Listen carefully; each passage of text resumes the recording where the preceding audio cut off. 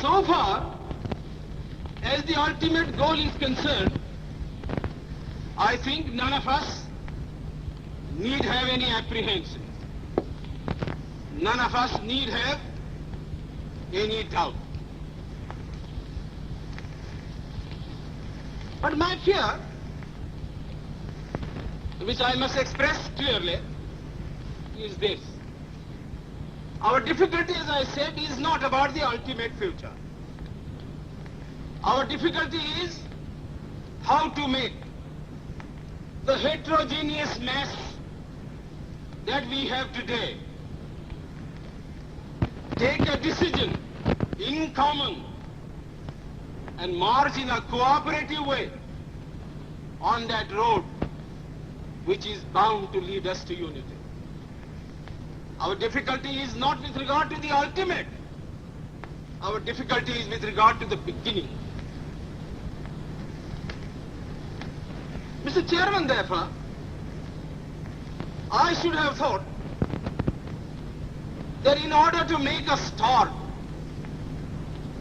in order to induce every party, every section in this country, it would be the act of greatest statesmanship for the majority party even to make a concession to the prejudices of people who are not prepared to march together. And it is for that I propose to make this appeal. Let us leave aside slogans. Let us leave aside words which frighten people. Let us even make concession to the prejudices of our opponents. Bring them in so that they may willingly join with us on marching upon that road, which, as I said, if we walk long enough, must necessarily lead us to unity.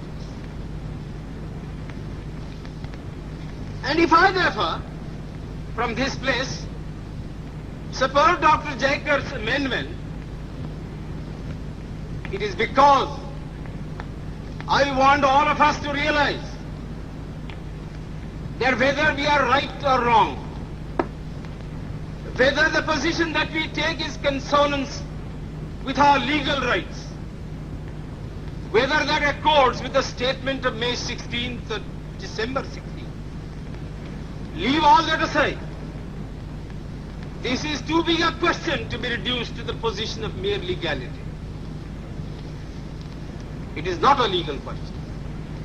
I say leave aside all these considerations and make some attempt whereby those who are not prepared to come will come. Let us make it possible for them to come. That is my appeal.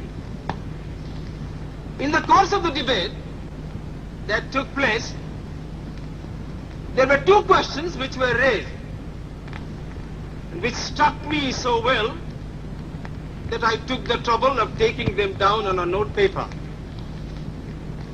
The one question was, it was asked, I think, by my friend, the Prime Minister of Bihar, who spoke yesterday in this assembly. He said, how can this resolution prevent the League from coming into the Constituent Assembly?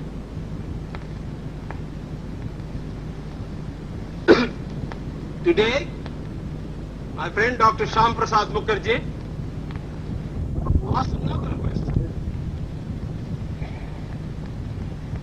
Is this resolution inconsistent with the Cabinet Mission's proposal? Now, sir, I think they were very important questions. And they, I think, ought to be answered. And answered categorically. I do maintain that this resolution, whether it is intended to bring about the result or not, whether it is the result of cold calculation or whether it is a mere matter of accident, is bound to have the result of keeping the Muslim League out. And I'll substantiate what I say. Sir, I invite your attention to paragraph 3 in the resolution, which I think is very significant and very important. Paragraph 3 envisages the future constitution of India. I do not know what is the intention of the mover of the resolution, but I take it that it is a sort of, after this resolution is passed, it will act as a sort of a directive to the Constituent Assembly to frame the constitution in terms of paragraph 3 of the resolution. What does paragraph 3 speak of? Paragraph 3 says that in this country there shall be two different sets of polity. One at the bottom, the autonomous provinces or the states, or such other areas as care to join a united India. These autonomous units will have full powers. They will have also residuary powers. At the top and over the provincial units, there will be a union government having certain subjects for legislation, for execution and for administration. So as I read this part of the resolution, I do not find any reference to the idea of grouping an intermediary structure between the union on the one hand and the provinces on the other.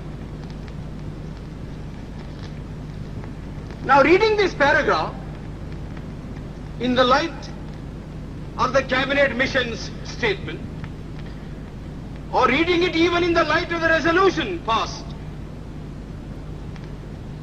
having said that we do not want a strong center, and having accepted that there must be or should be an intermediate polity, a sub-federation between the union government and the provinces, I like to know why there is no reference in paragraph 3 to the idea of grouping.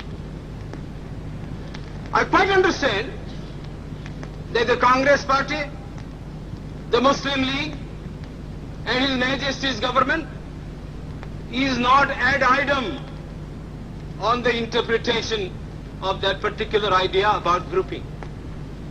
But I always thought, and I will be prepared to stand corrected if it's shown that I am wrong, that at least it was agreed by the Congress party that if the provinces who are to be within the different groups consent to form a union or a sub-federation, the Congress would have no objection to that proposal.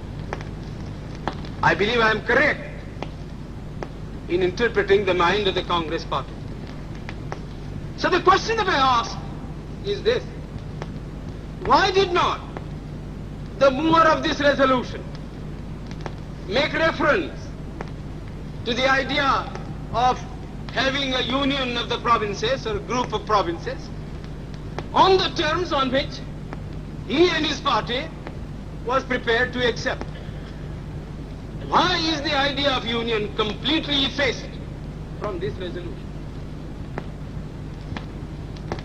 I find no answer.